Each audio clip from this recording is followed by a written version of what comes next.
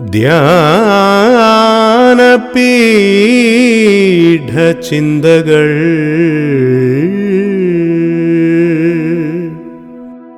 ധ്യാനപീഠചിന്തകൾ, a devotional thought for worship. കർത്താവും രക്ഷിതാവുമായ യേശുക്രിസ്തുവിൻ്റെ പരിശുദ്ധ നാമത്തിൽ എല്ലാ പ്രിയപ്പെട്ടവർക്കും ധ്യാനപീഠ ചിന്തയിലേക്ക് പ്രഭാതത്തിൽ സ്വാഗതം. ഈ പുതിയ മാസത്തിൻ്റെ ആരംഭ ഞായറാഴ്ചയിൽ ദൈവസന്നിധിയിൽ നമുക്കായിരിക്കാൻ സർവശക്തൻ നമ്മെ അനുവദിച്ചതോർത്ത് ദൈവത്തിന് മഹത്വം അർപ്പിക്കാം. നമ്മുടെ ഇന്നത്തെ ധ്യാനത്തിന് ആധാരമായി യെശയ്യാ പ്രവാചകന്റെ പുസ്തകം 2-ാം അധ്യായം 22-ാമത്തെ വാക്യം ഞാൻ വായിച്ച് കേൾപ്പിക്കുന്നു. Book of Isaiah chapter 2 words 22. മൂക്കിൽ ശ്വാസമുള്ള മനുഷ്യനെ വിട്ടൊഴിവിൻ, അവനെ എന്ത് വിലമതിപ്പാനുള്ളൂ? ഒരു ചോദ്യചിഹ്നം നമുക്കിവിടെ കാണുവാൻ കഴിയുന്നു. അവനെ എന്ത് വിലമതിപ്പാൻ ഉള്ളൂ?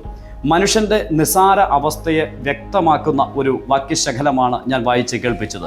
ഇതേ ആശയം തന്നെ സങ്കീർത്തനങ്ങളിൽ നമുക്ക് കാണുവാൻ കഴിയുന്നുണ്ട്. 144-ാം സങ്കീർത്തനം 3-ാമത്തെ വചനത്തിൽ ഇങ്ങനെ വായിക്കുന്നു: യഹോവേ, മനുഷ്യനെ നീ ഗണ്യമാക്കുവാൻ അവൻ എന്ത്? മർത്യപുത്രനെ നീ വിചാരിപ്പാൻ അവൻ എന്ത് മാത്രം?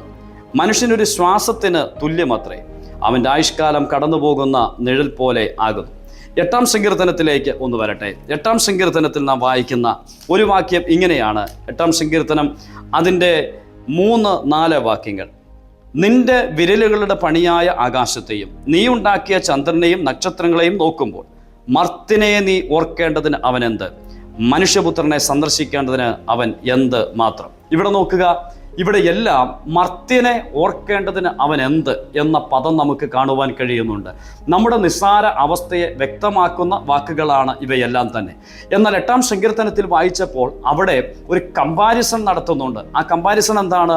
അവിടെ ആകാശത്തെക്കുറിച്ചും ചന്ദ്രനെക്കുറിച്ചും നക്ഷത്രങ്ങളെക്കുറിച്ചും പറയുകയാണ്. അതിനെ ഒന്ന് നോക്കുമ്പോൾ മർത്യനെ ഓർക്കേണ്ടതിന് എന്ത്? അപ്പോൾ അവയേക്കാൾ എത്രയോ നിസ്സാരമാണ് നാം എന്നാണ് അതിലൂടെ നമുക്ക് കാണുവാനായിട്ട് കഴിയുന്നത്. ദൈവത്തിൻ്റെ ഒറ്റവാക്കിനാൽ ഉളവാക്കപ്പെട്ട ഈ ആകാശ വിഹായുസ്സും അതോടൊപ്പം തന്നെ ചന്ദ്രനും നക്ഷത്രങ്ങളുമെല്ലാം അതൊക്കെ എത്രയോ ഉന്നതമാണ്. അതിൻ്റെ പ്രവർത്തനം എത്ര ശ്രേഷ്ഠമാണ്.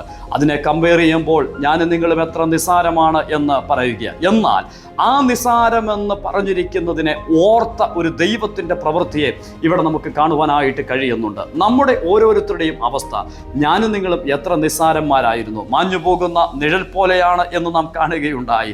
നമ്മുടെ ജീവിതം അത്രമേ ക്ഷണികവും യാതൊരു നിലയിലും ദൈവിക ബോധമില്ലാതെ പാപത്തിൻ്റെ വഴികളിലൂടെ സഞ്ചരിച്ച് ദൈവിക ചിന്തകളില്ലാതെ നിത്യ നരകത്തിലേക്ക് പോകുന്നവരുമായിരുന്നു ഞാനും നിങ്ങളും. നാം ക്രിസ്തുവിനെ കൂടാതെയുള്ളവരായിരുന്നു എന്ന് നാം തിരുവചനത്തിൽ വായിക്കുന്നുണ്ട്.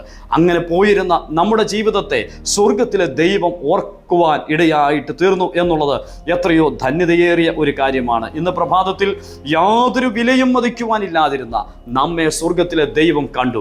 നാം സങ്കീർത്തനത്തിൽ വായിക്കുന്നത് ഇങ്ങനെയാണ്: സഹോദരൻ ശവക്കുഴി കാണാതെ എന്നേക്കും ജീവിച്ചിരിക്കേണ്ടതിന് അവനെ വീണ്ടെടുക്കുവാനോ ദൈവത്തിന് വീണ്ടെടുപ്പ് വില കൊടുപ്പാനോ ആർക്കും കഴിയുകയില്ല. അവൻ്റെ പ്രാണന്റെ വീണ്ടെടുപ്പ് വിലയേറിയത് അതൊരു നാളും സാധ്യമല്ല.